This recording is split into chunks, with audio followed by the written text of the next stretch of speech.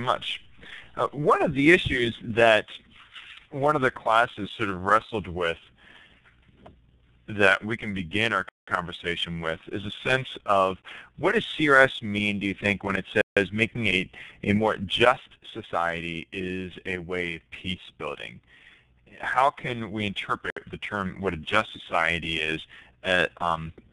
We're rather saying that students might interpret a more just society as one that rights the wrongs or sets up a legal system that would fix injustices.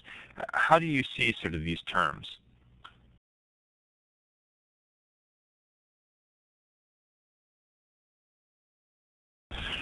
First of all, we have two types of justice perceptions or ideas of justice. We have the retributive justice, which comes from the Western system, what we call individualistic societies, and then the restorative justice, which comes from collectivistic societies.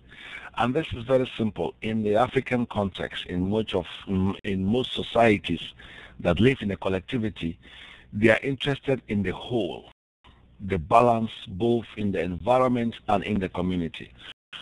So when something goes wrong, when there is a conflict, or when an individual is hurt, it's not so much a crime against the person, the individual, as it is a crime that has created an imbalance in the system. So in the African society, it's a context of how do we bring back the balance? How do we restore?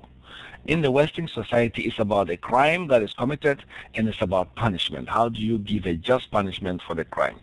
Now, the CRS concept of just society comes from the social teachings of the church, where we look at justice in terms of right relationships, that everything is in its right place.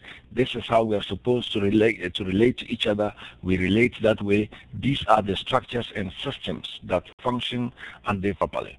Now, where you have injustice in terms of structural injustice, then you have violence. Where you have injustice in terms of individual treating others badly, then you have violence. So peace building is about creating a just society where people live in right relationships, respecting the liberties of others.